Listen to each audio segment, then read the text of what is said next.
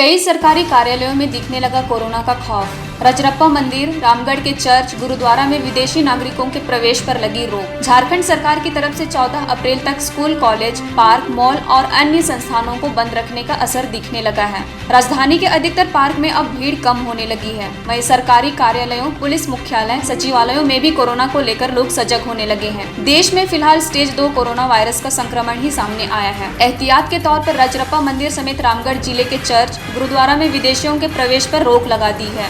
इसकी सूचना डीसी ने ट्वीट कर दी है। रांची के संत मरियम महागिरजा के फादर डेविड आनंद ने बताया कि रांची में हमारी तरफ से किसी भी तरह की पाबंदी चर्च में आने को लेकर नहीं लगाई गई है। सरकार एहतियाती कदम उठा रही है। चर्च में फिलहाल स्थानीय ही आ रहे हैं।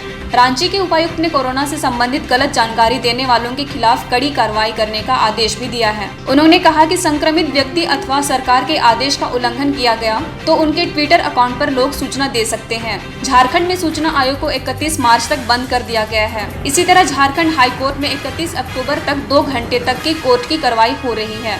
निचली अदालत में प्रवेश पर पाबंदी लगा दी गई है। सिर्फ अधिवक्ता ही कोर्ट तक पैरवी कर रहे हैं। पुलिस मुख्यालय में कल से सभी कर्मियों की बॉडी टेम्परेचर की जांच शुरू कर दी गई है। सचिवालय में भी लोग सजग हो गए हैं।